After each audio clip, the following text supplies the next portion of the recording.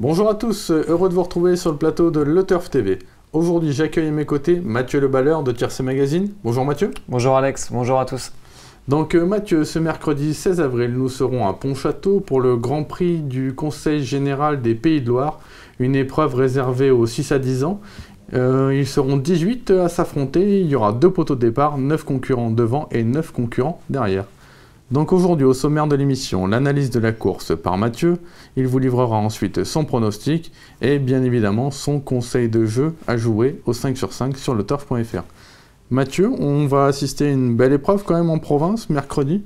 Une épreuve d'ailleurs qui s'annonce assez limpide. Voilà, avant le coup, il y a 9 chevaux, 9-10 chevaux, pas plus. Un beau quintet provincial avec des chevaux qui ont déjà fait l'arrivée à Vincennes. Donc non, ça nous promet un spectacle intéressant.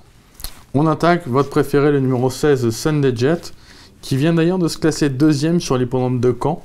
Ce jour-là, on va le voir, il était ferré, il avait donné quelques petites frayeurs à son entourage parce qu'il y avait enquête sur ses allures. Là, on le voit, il se retrouve donné au vent. Et d'ailleurs, il a effectué son parcours à cette place du mort, hein, comme on dit. Et dans la phase finale, on va voir que le cheval va avoir moins de brio qu'il l'a eu à Vincennes précédemment. Ce jour-là, on remarque également que Saint James va se classer 3e. Saint James qu'on reverra dans la course. Donc on le voit, hein, on voit Sunday Jet qui prend l'avantage, mais pour finir, va être battu tout à la fin par Shirley Berry, une très bonne finisseuse. Et on voit Franck Nivard qui s'agite un peu sur le sulky. Donc c'était pas la plus belle course de Sunday Jet hein, depuis qu'il est chez Michel Vallée. Maintenant, il a des petites excuses à faire valoir, d'autant qu'il était ferré. Voilà, comme vous l'avez dit Alex, il avait dû voyager le nez au vent ce jour-là, donc il avait très bien tenu sa partie jusqu'au bout. Il était ferré. Là, on lui a laissé reprendre de la fraîcheur depuis. Je crois qu'il avait eu un petit souci de santé, mais rien de grave. Il a sauté quelques boulots d'après Michel Vallée. Il a juste été arrêté une quinzaine de jours. Et rien de très grave avant le coup. Donc là, il sera déféré des 4 pieds. L'engagement est bon. On se souvient que Sunday Jet, cet hiver, il avait été vraiment impressionnant sur la grande piste. Un coup, sur les 2700 mètres, il avait contré les attaques. C'est 13-7, je crois. C'est ça, on l'avait attaqué de partout. Il était reparti comme une barre de fer. Donc là, il trouve un lot largement dans ses cordes. Franck Nivard s'entend parfaitement avec. La piste de Pontchâteau, pour un cheval dur comme lui, devrait parfaitement lui convenir. Donc avant le coup, c'est vraiment le cheval à battre. Bon, en tout cas, il ne faudra pas qu'il dorme en chemin parce qu'en tête, il y a un cheval qui ne va pas l'attendre.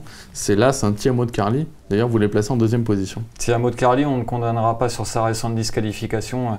Il sera déféré des 4 pieds. Ce coup-ci, il compte 4 succès en 5 sorties dans cette configuration. Donc, excusez-lui peu. On sait que chez Arnaud Desmottes, quand on défère des 4 pieds, c'est pas pour faire semblant.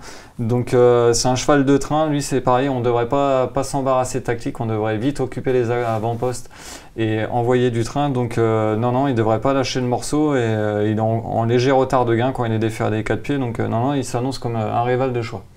Ouais, mais on peut peut-être prévoir un scénario. Sunday Jet, s'il arrive à démarrer, pourrait prendre éventuellement d'autres Tiamo de Carly. Voilà, c'est ça. Ou sinon, Sunday Jet effectuer le dernier kilomètre si Tiamo de Carly offre comment un train soutenu à cette épreuve.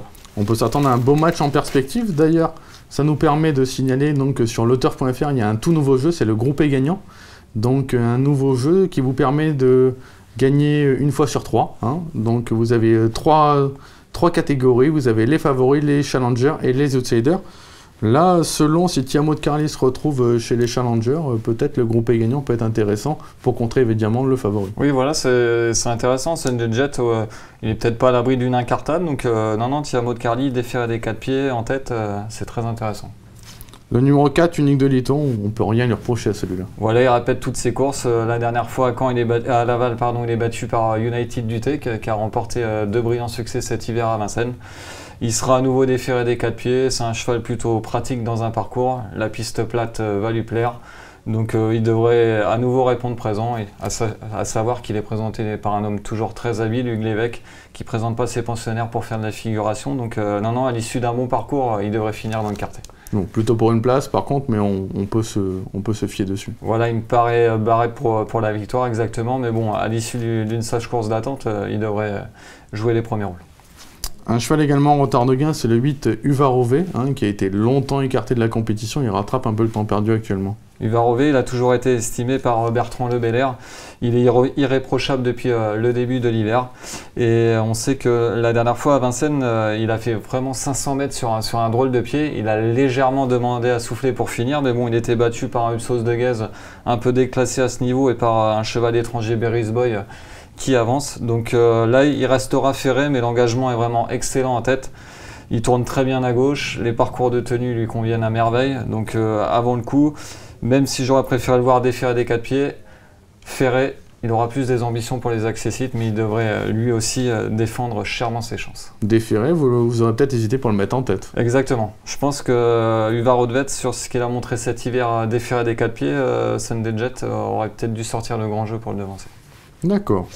En 5e position, vous rachetez le 15 Upman. C'était le grand malheureux récemment dans l'étape du GNT à Saint-Galmier. On a vu que lui dans les droite. Voilà, Upman, il marchait sur ses adversaires pour finir. Bon, après, Upman, on le connaît, il lui faut absolument le bon parcours.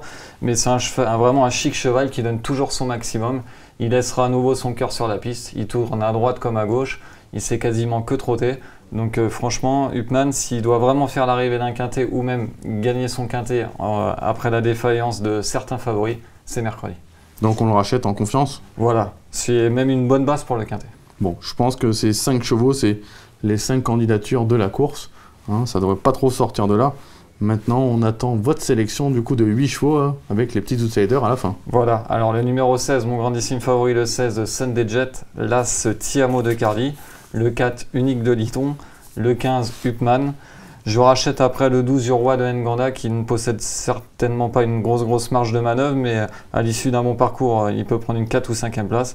Le site Saint James qui a fini 3e, comme vous l'avez dit, de Sunday Jet à Caen et qui est un cheval très maniable. Et le numéro 13, Tornade Pia, qui retrouve un lot dans ses cordes après avoir dû lutter face à des drôles de catégories à Vincennes cet hiver. Donc c'est le jour ou jamais pour que Tornade Pia prenne une 4e ou 5e place à une cote attractive. Au niveau donc, du conseil de jeu au 5 sur 5, les deux bases, les 2 chevaux déférés des 4 pieds, le 16, le 20. Derrière, on associe le 4, le 8, le 15, le 12, le 6, le 13.